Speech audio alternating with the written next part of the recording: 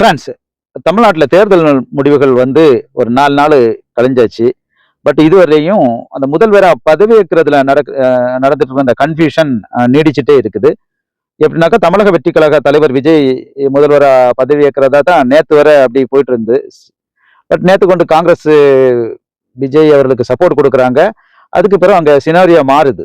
எப்படின்னாக்கா governor reject பண்ணுறாரு. அவங்க பதவியேற்கிறதுக்கான கொண்டு கொடுத்த நோட்டீஸை கவர்னர் ரிஜெக்ட் பண்ணிட்டு, நீங்கள் பலத்தை உங்களுக்கு சப்போர்ட் கொடுக்குற எம்எல்ஏக்களோட லிஸ்ட்டு கொண்டு வாருங்க, பலத்தை நிரூபித்த பிறகு நீங்கள் பதவியேற்க சொல்கிறாரு.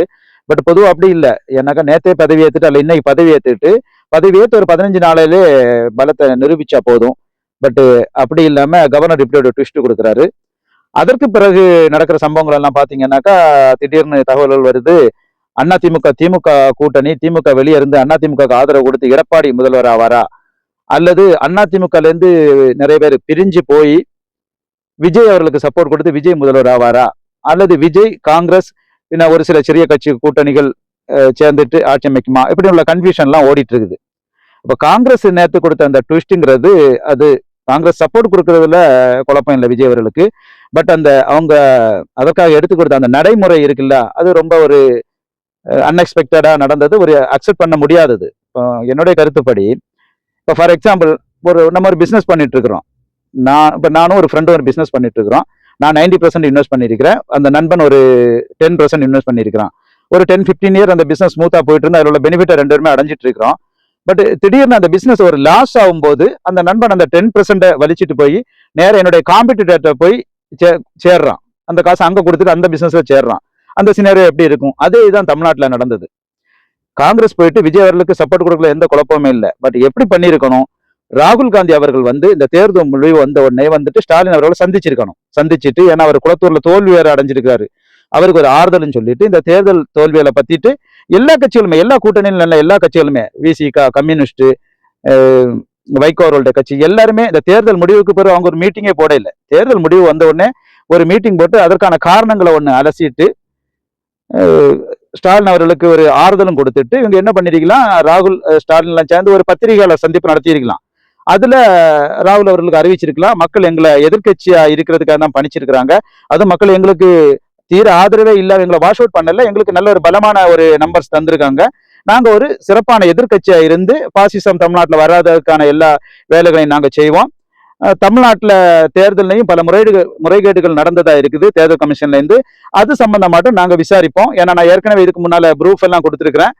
தமிழ்நாடு, வெஸ்ட் பெங்கால், அஸ்ஸாம் எல்லா இடத்துலையுமே தேர்தலில் முறைகேடுகள் நடந்திருக்கு. அது சம்பந்தமாட்டும் நாங்க எங்களுடைய எதிர்ப்புகளை தெரிவிப்போம். அதற்கான போராட்டங்களும் அதற்கான எதிர்ப்பை தெரிவிக்கிறதுக்கான முயற்சிகளை நாங்க எல்லாரும் சேர்ந்து தொடங்குவோம்னு சொல்லிட்டு ஒரு அறிவிப்பு அவர் கொடுத்துருக்கலாம்.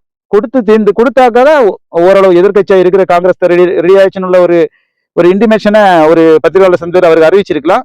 ஸ்டாலின் அவர்களுக்கு ஒரு ஆறுதலும் கொடுத்திருக்கலாம். ஏன்னா அவர் முதல்வராக இருந்தவர், அவர் தோல்வியை சந்திச்சிருக்காரு குளத்தூர்ல.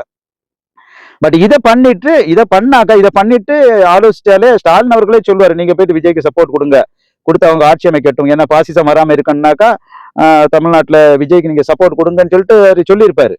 பட் அதை செய்யாம காங்கிரஸ் அவங்க ஒரு தேர்தலில் தோல்வி நடந்த பிறகு ஒரு சந்திப்பு கூட அவர்கிட்ட பண்ணாம, எந்த ஒரு டிஸ்கஷனுமே பண்ணாம, அந்த தேர்தல் தோல்விக்கான காரணங்களை பத்தி கூட ஒரு ஆராயாம நேர போயிட்டு டைரக்டாட்டு போயிட்டு ஏதோ பின்வாசல் வழியாட்டு கொண்டு சப்போர்ட் விஜய்க்கு கொடுத்த மாதிரி கொண்டு கொடுத்துருக்குறாங்க. அதுக்கு பிறகுதான் இந்த எல்லா ட்விஸ்ட்டுமே நடந்திருக்குது. ஏன்னா அரசியல்ல என்னதான் ஸ்திரத்தன்மை இல்லாத ஒரு கூட்டணி இருந்தாலும், நண்பர் எதிரி இதெல்லாம் மாறி மாறி வருவாங்க. அப்படி இருந்தாலும் ஒரு நாகரீகம், அரசியல் நாகரீகம், ஒரு மனிதாபிமான முறை, அந்த இதெல்லாம் பார்த்தோம்னாக்கா கண்டிப்பா நேற்று காங்கிரஸ் பண்ணது யூஸ்வலி பிஜேபி எல்லா இடங்களையும் பண்ணிட்டு இருக்கிறது மாதிரி தான் நமக்கு நினைக்க தோணுச்சு. சரி, வரும் நாட்கள்ல கரெக்டா இன்னைக்கு நாளைக்கெல்லாம் தெரியும் இந்த கூட்டணிகள் எப்படி அமையுது. தாவேகா, காங்கிரஸ் பின்ன ஒரு சில கட்சிகள் சேர்ந்துட்டு ஆட்சி அமைக்குவாங்களா, அல்லது அதிமுக திமுக அப்படி அவங்க ஒரு கூட்டணி வச்சு ஆட்சி அமைப்பாங்களா அப்படின்னு சொல்லிட்டு நம்ம பொறுத்திருந்து பார்ப்போம். எப்படியானாலும் பாசிசம் உள்ள வராத மாதிரி, தமிழ்நாட்டுக்குள்ள என்ட்ராவாத மாதிரி ஒரு ஆட்சி அமைந்துனாக்கா நமக்கு சந்தோஷம் தான். தேங்க்யூ.